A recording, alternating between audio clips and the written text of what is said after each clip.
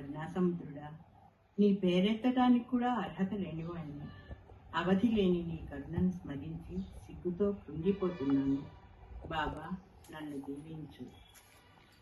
ఓ సాయినాథ, నీ ముఖమే ఎరగని నన్ను ఒక్కసారిగా మింగివేయాలని తలిచి నీ అనుగ్రహ పాశంతో నా కంఠాన్ని బిగించి బలవంతంగా నీ పాదాల వద్దకు ఈడ్చుకొని వచ్చావు.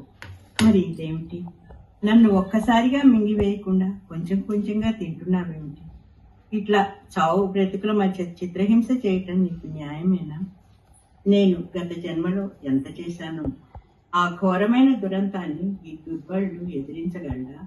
ఓ సాయినాథ, ఒక్కటే నా ప్రార్థన, ఈ నా ఆహాన్ని, ఈ క్షణాన్ని పూర్తిగా మింగివేయి. అప్పుడు నేను మృత్యువుని అధిగమించి ఒక్కడినై చిరంజీవిగా వెలుగుతుంటాను. ఓ నా తండ్రి, నేను చిరకాలం నుండి కమలం దగ్గర కప్పలాగా నీ పాదాల దగ్గర ఉన్నాను. తుమ్మెద మాదిరి నీ జ్ఞాన మధువును ఆస్వాదించే భాగ్యాన్ని నాకు కలగజేయి. అట్లా అనుగ్రహించకపోయావా, నిన్నే వధ్యశిలగా చేసుకొని అంతమే శాశ్వతంగా నీ అపకీర్తి స్తంభంగా నిలుస్తాను. ఈ అపఖ్యాతి నుండి తప్పుకోవడానికైనా నన్ను అనుగ్రహించు. ఓ సాయినాథ, నీ జ్ఞానకాంతులు సకలాన్ని ప్రకాశింపజేస్తున్నాయి.